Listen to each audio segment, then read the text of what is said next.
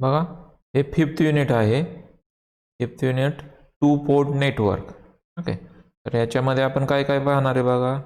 Significance of 2 port network, open circuit, okay, short circuit parameter. Open circuit parameter त्याला काय म्हणतात, Z, आणि short circuit parameter त्याला कशाने दाखवतात किंवा इंडिकेट करतात, वायने.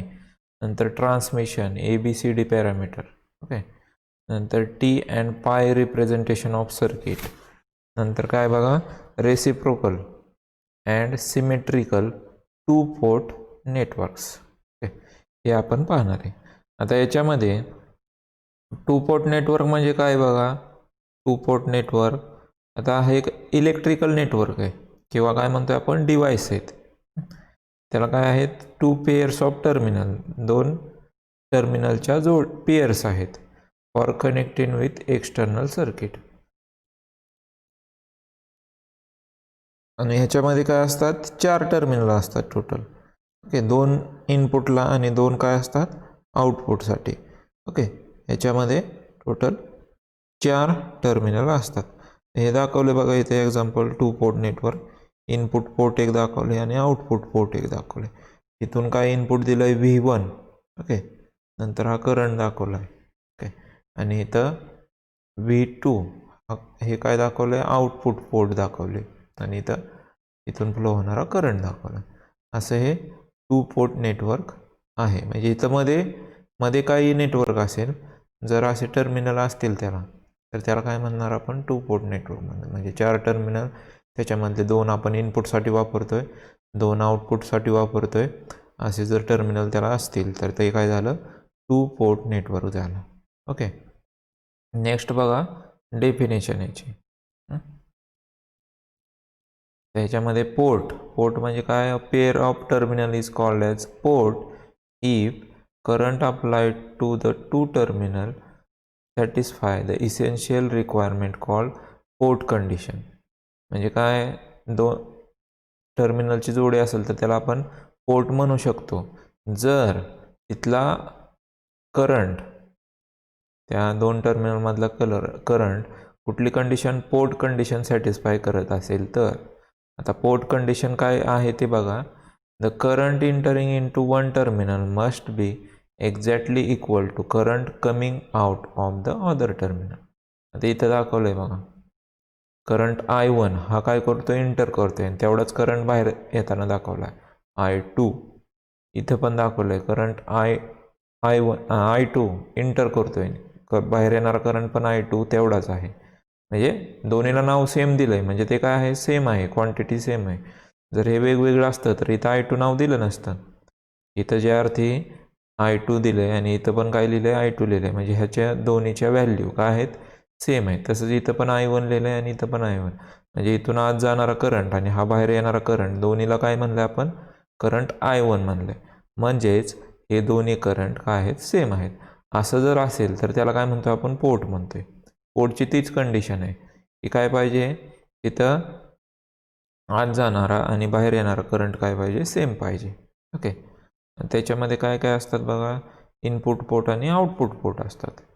आपण दाखवले पोर्ट 1 हे काय म्हणलं आपण, इनपुट पोर्ट, आणि पोर्ट 2 याला काय म्हणलं आपण, आउटपुट पोर्ट म्हणलेलं आहे.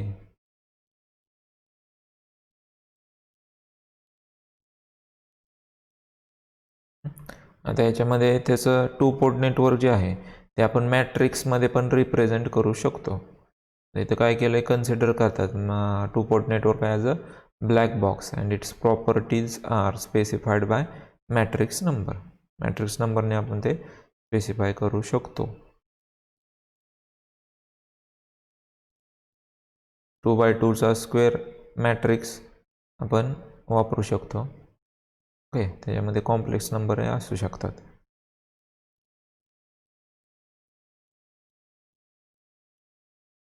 आणि जे काय पॅरामीटर आहेत तर त्याच्यामध्ये आपण Z parameter, Y parameter, ABCD parameter, H parameter असे पॅरामीटर आपण वापरतो आणि मॅट्रिक्समध्ये रिप्रेझेंट करतोय. नंतर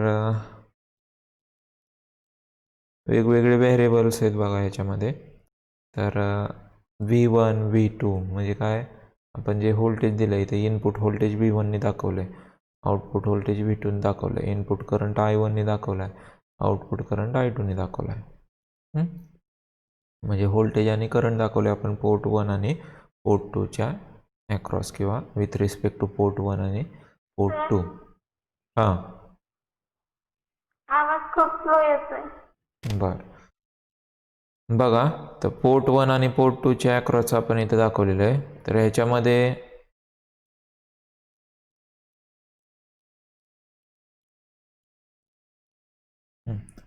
नेक्स्ट बघा, ओपन सर्किट इम्पिडन्स. आता open circuit impedance Z parameter, त्यालाच काय म्हणतो आपण, झेड पॅरामीटर म्हणतो. झेड, आता काय झेड पॅरामीटर जो आहे तो कशामध्ये एक्सप्रेस केला जातो, voltage V1 V2 in terms of two port current I1 and I2. That means the port voltage V1 V2 are dependent variable and port current I1 and I2 are considered as independent variable. Okay, याच्यामध्ये काय केलं जातं आहे, port voltage जे आहे ते in terms of current दाखवलेलं जातं. ह्याच्यामध्ये पोर्ट व्होल्टेज V1 आणि V2 ह्याला काय म्हणतोय आपण, डिपेंडंट व्हेरिएबल म्हणतोय.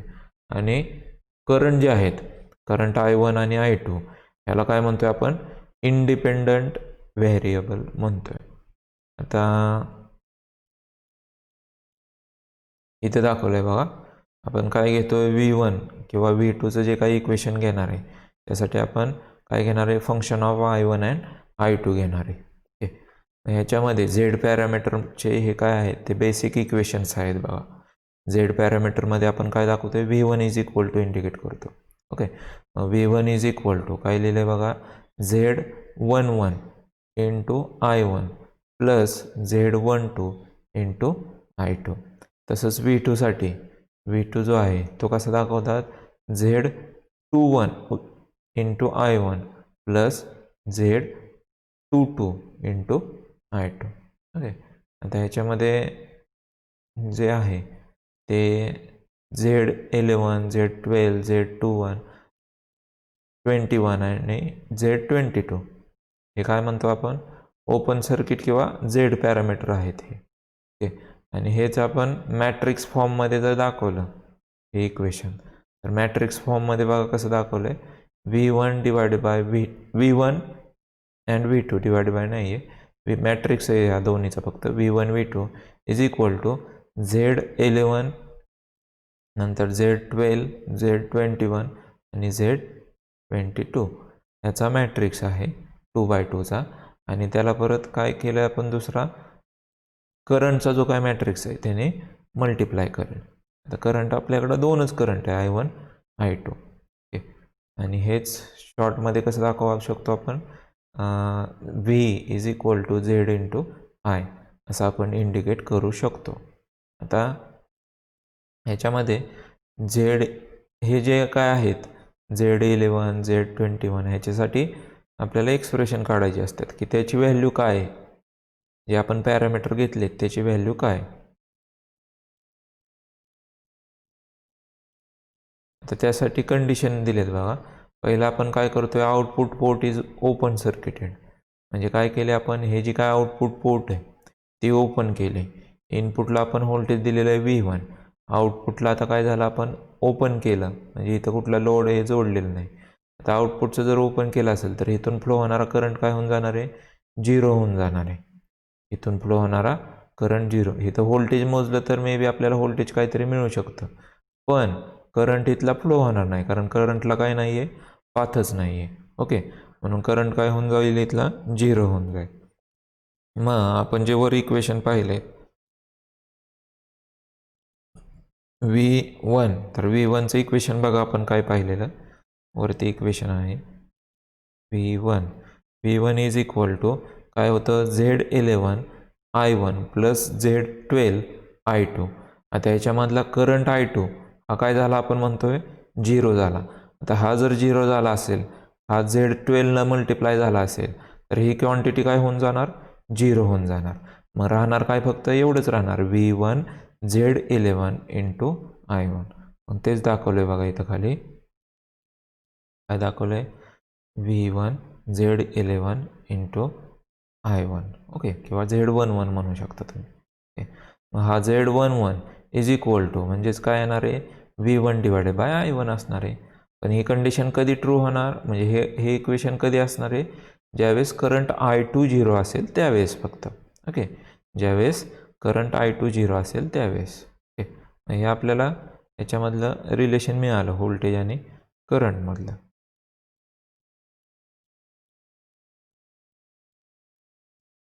आता त्याला Z11 जे आहे त्याला काय म्हणतात बघा? Driving point input impedance Wien output port is open circuited, किंवा त्याला काय म्हणतात? ओपन सर्किट इनपुट इम्पिडन्स पण म्हणतात. आता तसंच तेच आपण करंट I2 जर दुसऱ्या इक्वेशनमध्ये टाकला, दुसरं जे आपण वरती लिहिलं इक्वेशन, वरती इक्वेशन जे होतं की V2चं, ह्या इक्वेशनमध्ये जर आपण काय केलं, हा I2 करंट जर झिरो टाकला तर काय राहील? फक्त एवढंच राहील, म्हणजे V2 is equal to Z21 into I1 एवढं राहील. ते जर आपण बघितलं खाली इक्वेशन कसं तयार होतं, ओके, तर हे असं दिसेल आपल्याला. V2 is equal to Z21 into I1. Okay, मग हे इक्वेशन मिळालं तुम्हाला. Z21 is equal to V2 divided by I1 कधी? जर करंट I2 झिरो असेल तर. ओके, ह्याला काय म्हणतात? ट्रान्सफर इम्पिडन्स पण म्हणतात Z21ला. ओके, किंवा काय म्हणतात? रिव्हर्स ट्रान्सफर इम्पिडन्स पण म्हणतात. आता असंच जर आपण काय केलं, इनपुट पोर्ट जर ओपन केला, इनपुट पोर्ट म्हणजे इथं आपण V1 दिलं नाही किंवा इथून सप्लाय दिला नाही, हे इनपुट पोर्ट जर ओपन केलं तर इथं काय मिळेल आपल्याला? करंट काय मिळेल? I1 करंट झिरो मिळेल. मग I1 करंट जर आपण झिरो घेतला, ते जर परत त्या दोन इक्वेशनमध्ये टाकलं, इथं जे दोन इक्वेशन घेतलेत आपण, या दोन इक्वेशनमध्ये परत काय करायचं? करंट I1 झिरो टाकून द्यायचं. तसं जर टाकलं तर आपल्याला कशाचे इक्वेशन मिळेल? Z12चं इक्वेशन मिळेल बघा, Z12. आता Z12 म्हणजे काय आहे बघा? V1 डिवायडेड बाय I2 कधी? जर करंट I1 हा झिरो असेल तर. आणि त्याला काय म्हणतात? फॉरवर्ड ट्रान्सफर इम्पिडन्स पण म्हणतात. ओके, तसंच दुसऱ्या इक्वेशनमध्ये टाकलं तर V2 इज इक्वल टू काय मिळेल बघा तुम्हाला? Z22 into I2. ओके, आणि तेच जर Z22 किंवा Z22 तुम्ही बाजूला घेतले तर ते केव्हा मिळेल तुम्हाला? V2 डिवायडेड बाय I2 जर करंट I1 झिरो असेल तर. हे जर सगळं आपण एकत्र पाहिलं तर असे तुम्हाला फॉर्म्युले मिळतील. आता ह्याच्यामध्ये काय? Z11 म्हणजे काय? तर V1 डिवायडेड बाय I1, पण कधी? I2 झिरो असेल तर. आता Z12 म्हणजे काय? V1 डिवायडेड बाय काय? इथं काय आहे? Z12 काय मिळणार आहे तुम्हाला? V1 डिवायडेड बाय I2 असेल. इथं चुकलं आहे, त्या वरती काढलं आहे बघा आपण. Z12 काय इक्वेशन आहे? V1 divided by I2. Okay, लक्षात ठेवा. आता लक्षात कसं ठेवायचं ते पण सांगतो मी. आता तुम्हाला काय लक्षात ठेवायचं आहे की हा जो Z आहे, Z पॅरामीटर जो हा म्हणतोय, तो कशाचा रेशो आहे? व्होल्टेज डिवायडेड बाय करंटचा रेशो आहे, एवढंच लक्षात ठेवायचं. मग बाकी बघा, Z11 जर असेल तर वरती 1 आहे, खाली 1 आहे, म्हणजे Z11 झाला. Z12 जर असेल तर वरती 1 खाली 2. इथं 2 असणार, इथलं चुकलं आहे. इथं वरती 1 आहे, V1 डिवायडेड बाय I2 आहे. आता Z21 म्हणलं तर इथं काय असणार? V2 डिवायडेड बाय, तर इथं बघा Z21 कुठं गेला? Z21 इथं V2 divided by I1. Okay, त्या टेबलमध्ये जरा करेक्शन आहेत भरपूर, आणि हे आपले पहिले जे फॉर्म्युले आहेत ते बरोबर आहेत. तुम्ही वाटलंच तर हे करेक्शन करून नंतर काढा. वरती जे फॉर्म्युले आहेत ते बरोबर आहेत, इथे जरा चुकलेत फॉर्म्युले. नंतर Z22 म्हणजे काय? वरती पण 2 द्यायचा, खाली पण 2 द्यायचा, झालं एवढंच. आणि जे राहिलेला करंट आहे तो 0 करून टाकायचा. म्हणजे इथं जर आपण I1 लिहिला असेल तर इकडं काय लिहिणार तुम्ही I2 0, आणि इकडं जर I2 लिहिलं असेल तर इकडं काय घेणार कंडिशन I1 0. ओके, असं तुम्ही लक्षात ठेवू शकता.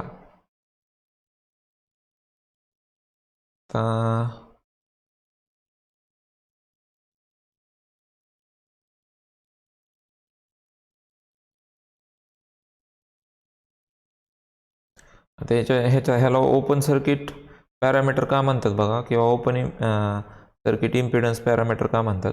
आपण जे आता पॅरामीटर काढले ते कसे काढले बघा. एकतर आपण पोर्ट 1 किंवा पोर्ट 1 हे पोर्ट 2 ही ओपन सर्किट केले आणि त्यानुसार ते पॅरामीटर कॅल्क्युलेट केलेत किंवा ते रेशो आपण पाहिलेत, म्हणून त्याला काय म्हणतात ओपन सर्किट इम्पिडन्स पॅरामीटर म्हणतात. ओके, आणि ह्याचं जर इक्विव्हॅलंट सर्किट आपण पाहिलं तर ह्याचं इक्विव्हॅलंट सर्किट असं आहे बघा. Z11 आणि इथं Z22. ओके, Z11 आणि Z22 म्हणजे इथून ते हे ओपन इक्विव्हॅलंट सर्किट म्हणजे काय, आपण जे घेतलं आहे Z11साठी किंवा Z22साठी तर ते जे फॉर्म्युले आले त्यानुसार हे सर्किट बनवलेलं असतं. हे त्या कंडिशन ट्रू झाल्या पाहिजे. तर त्या कंडिशन कशा ट्रू होतील जर असं सर्किट काढलं तर. इथं जर इम्पिडन्स आपण Z11 घेतला, इथं जर एक सोर्स घेतला तर तो म्हणजे व्होल्टेज सोर्स जर घेतला, आता हा व्होल्टेज सोर्स दाखवला आहे, त्याचा क्वांटिटी काय घेतली आपण Z12 इंटू I2 जर घेतली, आणि इथं जो घेतला आहे त्याचे Z21 इंटू I1 जर क्वांटिटी घेतली, आणि इथला जर इम्पिडन्स Z22 जर घेतला, तर आपण पहिले जे काय फॉर्म्युले काढले तसं हे इक्वेशन म्हणजे सर्किट तयार होईल. इक्विव्हॅलंट सर्किट त्यानुसार तयार केलेलं असतं त्या फॉर्म्युल्यानुसार. त्याच्यामध्ये रेसिप्रोकल नेटवर्क म्हणजे काय बघा. Two-port network is said to be reciprocal network if the ratio of voltage at one port to the current at second port is same as the voltage at second port to the current at first port.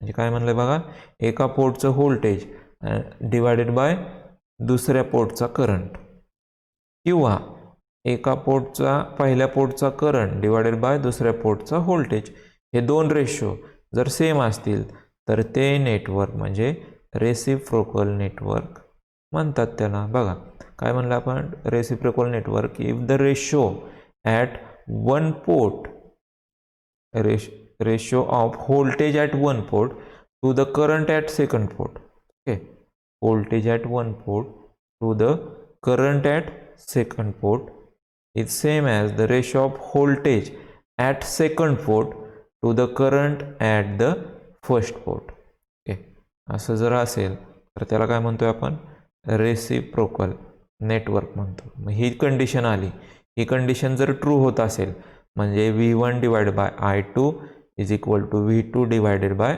I1. Okay, आता ही condition V1 divide by I2 काय असतं बघा, आपण आता शिकलो V1 divided by I2 काय असतं, Z12 असतं ना, आणि V2 डिवायडेड बाय I1 म्हणजे काय असतं Z21. म्हणजे हीच कंडिशन आपण काय म्हणू शकतो, Z12 is equal to Z21 किंवा Z12 is equal to Z21 असं जर असेल तर ते रेसिप्रोकल कंडिशन असते. इथं दिलं असेल तसंच. ओके, मग नेक्स्ट बघा सिमेट्रिकल नेटवर्क. आता सिमेट्रिकल नेटवर्क कधी म्हणतात, जर इनपुट पोर्टला V1 आणि तिथलाच करंट आणि आउटपुट पोर्टचा V2 डिवायडेड बाय आउटपुट पोर्टचाच करंट I2 हे जर दोन्ही सेम असतील तर त्याला काय म्हणतात,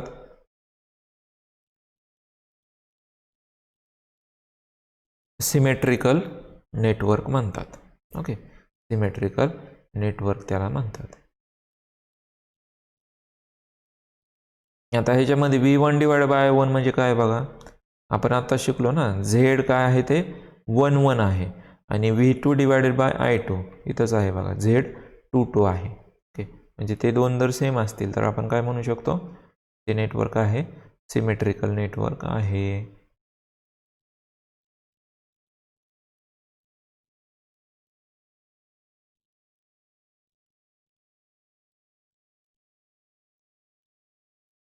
आता इथं काय काय झेड पॅरामीटर फाइंड करा सांगितलं आहे. तर T type network show in figure. आता इथे एक नेटवर्क दिलं आहे, त्याच्यामध्ये रेजिस्टर दिला बघा R1 R2 R3 आणि काढायचे काय झेड पॅरामीटर. झेड पॅरामीटर म्हणजे ते चार जे पॅरामीटर आहे Z11 Z12 Z21 आणि Z22 ह्याची व्हॅल्यू आपल्याला फाइंड करायची. बघ त्यासाठी काय करणार आपण बघा इथं पहिल्या कंडिशनमध्ये काय केले आपण तर हे आउटपुट पोर्ट ओपन केला. आउटपुट पोर्ट ओपन जर केला तर इक्वेशन काय येते ते लिहायचं. आता आउटपुट पोर्ट जर ओपन केला तर इथून फ्लो होणारा करंट काय होऊन जाणार आहे 0 होऊन जाणार आहे. आणि लूपनुसार इथून जर करंट आपण कन्सिडर केला तर लूपनुसार V1 इज इक्वल टू काय मिळेल तुम्हाला V1 is equal to 5I1 plus 6I1 okay 5I1 plus 6I1 असं तुम्हाला V1 मिळेल. तसंच ह्या दोन्हीचे ॲडिशन होणार 5I1 प्लस 6I1 म्हणजे काय झाला हा 11 आला. मग हा जर V1 डिवायडेड बाय I1 घेतला तर इज इक्वल टू काय मिळाला 11 मिळाला. पण V1 डिवायडेड बाय I1 म्हणजेच काय आहे Z11 आहे म्हणजे एक पॅरामीटर तर मिळाला. तसंच दुसऱ्या पॅरामीटरसाठी V2 आता इथं जर आपण V2 फाइंड करायला गेलो तर V2 मध्ये इथला करंट I2 तर 0 आहे म्हणजे इथलं काही घ्यायची गरज नाही. फक्त काय येणार त्याच्यामध्ये V2 is equal to 6I1. आता 6I1 कुठून आला इथून बघा इथं 6 आहे आणि इथून फ्लो होणारा करंट बघितला तर तो I1 आहे I2 नाही फ्लो होत. I2 काय झाला आहे 0 झाला आहे. मग इथून फ्लो होणारा करंट कुठला आहे फक्त I1 करंट फ्लो होते म्हणून 6I1 V2 is equal to 6I1 घेतला इथं. ओके मग तेच जर V2 डिवायडेड बाय V1 केला तर तो किती मिळाला बघा 6 ओहम मिळाला. आता हे कशासाठी केला आउटपुट पोर्ट 0 केला. परत काय करायचं इनपुट पोर्ट ओपन करायचा आणि आउटपुट पोर्टला V2 दिलं. सेम तसं जर केलं आपण तर त्याचं परत इक्वेशन काढायचं त्या लूपचं. इथं जर बघितलं आपण तर इथला हा 0 झाला आहे म्हणजे V1 इज इक्वल टू काय झाला तुमचा 6I2 हा करंट I2 6I2 झाला. मग V1 डिवाइड बाय I2 म्हणजेच काय आहे Z12 आहे. Z12 किती मिळाला 6 ओहम एवढा मिळाला. तसंच Z22 म्हणजे काय आहे V2 divided by I2 okay. आणि त्यावेळेस काय पाहिजे करंट I1. आता करंट I1 आपण 0 केलेलाच आहे. ह्या लूपमध्ये आता ह्या लूपचं इक्वेशन घेतलं आहे बघा हे जी लूप आहे ह्या लूपचं इक्वेशन घेतलं आहे. त्या लूपचं जर इक्वेशन घेतलं तर ते किती मिळालं बघा V2 is equal to 4I2 plus 6I2 या दोन्हीची ॲडिशन होणार V2 is equal to 10I2 मिळणार. मग V2 divide by I2 is equal to काय मिळाला 10 ओहम मिळाला. असं तुम्ही काढू शकता. आता इथं काय विचारलं बघा check the following network for reciprocity आणि सिमेट्रिसिटी. रेसिप्रोसिटी आणि सिमेट्रिसिटीसाठी आपण जे बघितलं आहे तर त्यासाठी कंडिशन चेक करायचे. आता हे रेसिप्रोसिटीसाठी काय यायला पाहिजे V1 divide by I2 is equal to V2 divided by I1 असे यायला पाहिजे. पण V1 डिवाइड बाय I2 म्हणजेच काय आहे Z12 आहे आणि V2 डिवाइड बाय I1 म्हणजेच काय आहे Z21 आहे. आता हे पहिलंच एक्झाम्पल आहे. त्याच्यामध्ये आपण जर बघितलं Z12 is equal to Z21 आहे तो किती आहे 6 ओहम म्हणजे हे काय झालं आपलं रेसिप्रोसिटीसाठी नेटवर्क सॅटिस्फाय झालं. बरं आता हेच कंडिशन सिमेट्रीसाठी जर आपण चेक केले हेच एक्झाम्पल आहे फक्त कंडिशन चेक करतोय आपण. ओके तर त्याच्यामध्ये Z11 इज इक्वल टू काय आलं पाहिजे Z22. बरं Z11 आणि Z22 काय आलं इकडं 10 आणि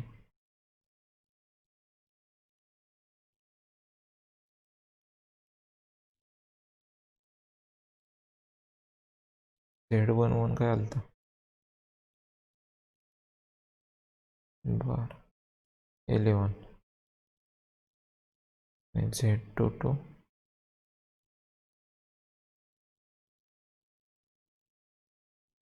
बरं इथं नेक्स्ट कंडिशन बघा सिमेट्रिसिटी. आता सिमेट्रिसिटी याच्यासाठी काय आलं पाहिजे तुमचं condition for symmetricity Z11 divided by म्हणजे Z11 is equal to Z22 आलं पाहिजे, पण ती कंडिशन नाही ट्रू होत. तर इथं दाखवलं बघा, हे खाली दाखवलं नॉट सिमेट्रिकल नाही ते. का नाही तर Z11 आणि Z22 सेम नाही आहेत. पाठीमागच्या प्रॉब्लेमचे कंडिशन फक्त चेक केलेत. नेक्स्ट बघा, जसं ओपन सर्किट पॅरामीटर बघितलं तसं शॉर्ट सर्किट पॅरामीटर त्याला काय म्हणतात ॲडमिटन्स म्हणतात.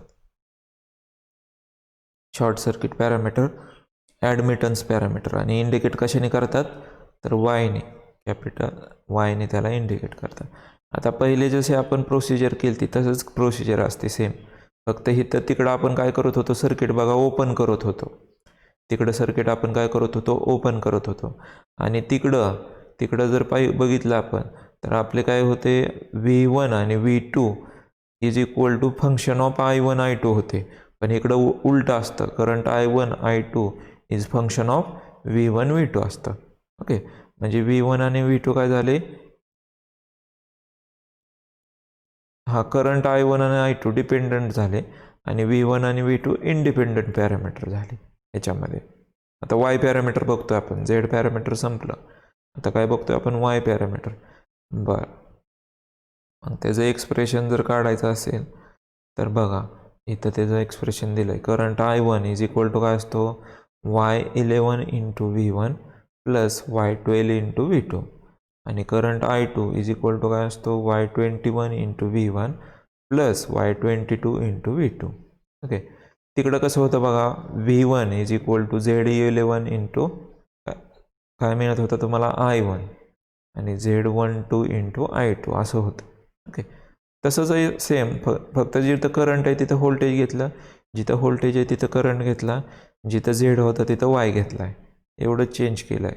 ओके, बरं नेक्स्ट बघा मॅट्रिक्समध्ये पण हे 1 आणि 2 इज इक्वल टू काय येईल 2/2चा मॅट्रिक्स येईल वाय पॅरामीटरचा इंटू V1 V2 म्हणजे V1 आणि V2चा मॅट्रिक्स येईल. ओके, हे त्याचं इक्वेशन. हे जर पाहिलं आपण तर ह्याच्यामध्ये शॉर्ट करतो आपण, शॉर्ट सर्किट पॅरामीटर म्हणलं ना आपण, झेडला काय म्हणत होतो आपण ओपन सर्किट आणि ह्याला काय म्हणतो आपण शॉर्ट सर्किट. हे जर आपण आउटपुट शॉर्ट केलं म्हणजे V2 काय झाला 0 झाला, V2 जर 0 झाला तर Y11 इज इक्वल टू काय मिळाला current I1 divided by V1. Okay, म्हणजेच काय आहे तुमचा V2 इज इक्वल टू 0 आहे. हे जे V2 इज इक्वल टू 0 ह्या इक्वेशनमध्ये टाकलं. V2 0 कसा झाला, हा शॉर्ट केला, हे जर शॉर्ट केलं तर ह्या 2 पॉईंटमध्ये व्होल्टेज जर बघितलं आपण तर V2 काय येतो 0 मिळतो. पण ते जे V2 आहे 0 ते जर आपण ह्या इक्वेशनमध्ये टाकलं, इथल्या वरच्या इक्वेशनमध्ये बघा इथं जर V2 इज इक्वल टू 0 टाकला तर काय राहील फक्त I1 is equal to Y11 into V1. Okay, ते जर पाहिलं आपण तर Y11 बघा काय मिळेल तुम्हाला I1 divided by V1. V2 is equal to कधी 0 असेल तर V2 इज इक्वल टू 0 असेल तर मिळेल ते. ओके, नेक्स्ट बघा नेक्स्ट पॅरामीटर. आता ह्याला ॲडमिटन्स आहे, ॲडमिटन्स त्याचं युनिट बघा काय आहे, युनिट काय तुमचा जसा ओहम म्हणतो तसं MHO आणि ओहमच्या उलटं. ओके, ओहमच्या उलटा जसं सिम्बॉल आहे तसा काढायचा. ठीक आहे, आता ह्याला काय म्हणतात ड्रायव्हिंग पॉईंट ॲडमिटन्स म्हणतात. बरं, तर फाइंड Y21. आता Y21 कसा काढणार सेम ते जे वरचे 2 इक्वेशन आहे त्याच्यामध्ये V2 0 टाकायचा दुसऱ्या इक्वेशनमध्ये ते टाकलं इथं, इथल्या या दुसऱ्या इक्वेशनमध्ये V2 इज इक्वल टू 0 टाकला तर काय राहील तुमचं, I2 is equal to Y21 into V1 राहील फक्त. तेच केलं आहे. IT is equal to Y21 into V1 राहिला. मग Y21 किती मिळेल तुम्हाला, I1 डिवायडेड बाय V1 एवढा मिळेल. ओके, यालाच काय म्हणतात, शॉर्ट सर्किट फॉरवर्ड ट्रान्सफर ॲडमिटन्स पण म्हणतात. तसंच दुसरी कंडिशन आपली, तर त्याच्यामध्ये काय केलं बघा, आपण इनपुट पोर्ट शॉर्ट केले. इनपुट पोर्ट शॉर्ट केले म्हणजे हे दोन कनेक्शन करून टाकले आपण. इथं आपण जे देत होतं काहीतरी V1, त्याऐवजी इथं काय करून टाकला, शॉर्ट करून टाकला. हा जर शॉर्ट केला तर V1 काय झाला, 0. V1 जर 0 झाला तर हे equation V1 is equal to 0 ह्याच्यामध्ये टाकलं तर इक्वेशन बघा काय मिळेल, हे निघून जाईल. काय राहील, I1 is equal to Y12 V2. I1 is equal to Y12 V2 असं राहील. त्याच्यामध्ये Y12 is equal to I1 divided by V2. ह्याच्यामध्ये V1 इज इक्वल टू काय मिळेल तुम्हाला, 0 मिळेल. म्हणजे 0 घेतलेलंच आहे आपण, त्यामुळं तर हे इक्वेशन मिळालं आहे. ओके, सेम तेच V1 इज इक्वल टू 0 जर आपण दुसऱ्या इक्वेशनमध्ये टाकलं तर काय राहील, फक्त I2 is equal to Y12 Y22 into V2 राहील. ते जर बघितलं तर Y22 is equal to current I2 divided by V2. लक्षात ठेवायला काय नाही, सोपं आहे, मी सांगतो तुम्हाला खाली. V1 is equal to 0. Okay, त्याचा टेबल दिला असेल खाली, टेबल नाही दिला का, हां दिला आहे. बरं, इक्विव्हॅलंट सर्किट बघा. आता इक्विव्हॅलंट सर्किटमध्ये तिकडं आपण काय करत होतो, हा जो Z पॅरामीटर आहे इथं आपला होता आणि इथं एक व्होल्टेज सोर्स घेत होतो. इथं काय घेतलं आहे, जसं आपला करंट सोर्स असतो तसं घेतलं आहे बघा. करंट सोर्स जसा असतो तसं घेतलं आहे आणि तिकडं कसं घेतलेलं आपण, जसा व्होल्टेज सोर्स असतो तसं घेतलेलं. आता करंट सोर्सला इंटरनल रेजिस्टन्स काय असतो, पॅरललमध्ये असतो, तसंच इथं पॅरललमध्ये टाकला आहे ॲडमिटन्स. आणि इथं जो आहे तो Y12 इंटू V2, इकडचा V2 घेतला आहे आणि तिकडं काय घेत होतो आपण, इथं करंट घेत होतो I2 बघा. ओके, नंतर इकडं Y21 इंटू V1, इकडचा हा V1. ओके, आणि इथं काय टाकलं आहे, Y22. असे हे इक्विव्हॅलंट सर्किट आहे. आता ह्याच्या कंडिशन सिमेट्रिसिटीसाठी, तर सिमेट्रिसिटीसाठी कंडिशन काय आहे, V1 divided by I1 is equal to V2 divided by I2. मग त्यालाच आपण असं पण म्हणू शकतो, I1 divided by V1 is equal to I2 divided by V2. म्हणजे काय आलं पाहिजे, Y11 इज इक्वल टू काय आलं पाहिजे, Y22 आलं पाहिजे. तर त्यावेळेस आपण काय म्हणू, त्याला सिमेट्रिक नेटवर्क आहे. ओके, आणि तेच कंडिशन रेसिप्रोसिटीसाठी जर आपण पाहिली तर रेसिप्रोसिटीसाठी काय येणार आहे, आपण कंडिशन बघितलेली बघा, V1 divided by I2 is equal to V2 divided by I1. Okay, मग हे V1 डिवायडेड बाय I2 म्हणजेच काय आहे तुमचं Y21 म्हणजेच I2. आता Y21 चा फॉर्म्युला बघा इथं खाली दिला असेल. ओके, Y21 म्हणजे काय, I2 डिवायडेड बाय V1. मग हे जर दोन्हीचं आपण इन्व्हर्स केले तर हा काय येणार, I2 डिवायडेड बाय V1 आहे. इथं लिहायचं चुकलं यांचं. हा तुमचा जो करंट आहे, नाही Y12, बरं Y12 काय असतो, I1 डिवायडेड बाय V2 असतो. I1 डिवायडेड बाय V2 असतो.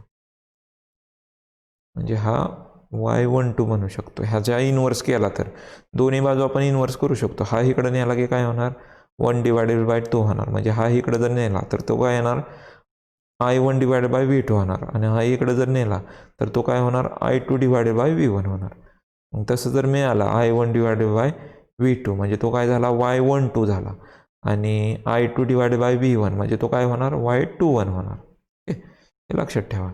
इथं चुकलंय, जरा द्यायचं त्यांचं. बरं बघा, इथं तुम्हाला कळतील फॉर्म्युले.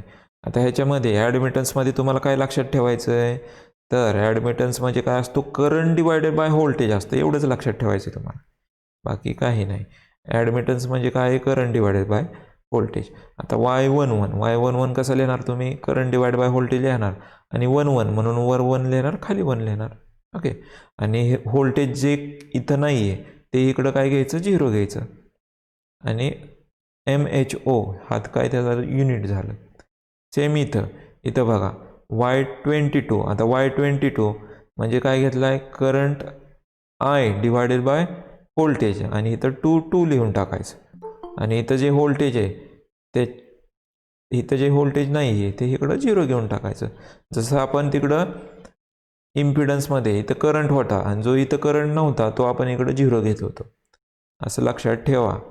दोन्ही फॉर्म्युले तुम्ही हे चारी फॉर्म्युले लिहून काढा, म्हणजे तुम्हाला समजेल. हे विचारतात एक्झाममध्ये. बरं, आता तसंच इथं बघा वाय पॅरामीटर काढायला सांगितलं आहे. जसं आपण तिकडं झेड पॅरामीटर काढला तसंच काय सांगितलं आहे, वाय पॅरामीटर. ओके. एवढा आपण प्रॉब्लेम घेऊ आणि नंतर स्टॉप करू. एवढा न्यूमरिकल आपण सॉल्व्ह करू. बघा 5, 4, 6 असे काहीतरी रेजिस्टन्स दिलेत आणि त्याचे काय काढायला सांगितलेत, वाय पॅरामीटर. वाय पॅरामीटरसाठी कंडिशन माहिती आहे आपल्याला, आपण काय करतो, शॉर्ट करतो आउटपुट किंवा इनपुट. बरं, पहिला आउटपुट आपण शॉर्ट केलं म्हणजे V2 काय झाला, 0 झाला. हा जर शॉर्ट केला तर हे दोन रेजिस्टन्स काय आले, पॅरलमध्ये. ते पॅरलमध्ये आले की ते सॉल्व केले तर त्याची व्हॅल्यू किती मिळाली, 2.4 मिळाली बघा. आणि 2.4 हा कशाला सिरीजमध्ये आला, 5ला सिरीजमध्ये आला. ओके. मग हे जर इक्वेशन आपण घेतलं तर ते काय मिळेल बघा, V1 is equal to 5I1 plus 2.4I1. Okay. मग हे जर आपण घेतलं तर ते किती मिळालं तुम्हाला, V1 is equal to 7.4I1. Okay. पण आपल्याला काय व्हॅल्यू काढायची, I1 डिवायडेड बाय V1 काढायचं. मग I1 डिवायडेड बाय V1 जर घेतलं तर ते 1 डिवायडेड बाय 7.4 येतं आहे आणि ते किती आलं बघा, 0.135 MHO. ओके. तसंच Y21 पण काढलं आहे. आता Y21साठी काय घेतलं, I2 इज इक्वल टू, आता इथून बघा,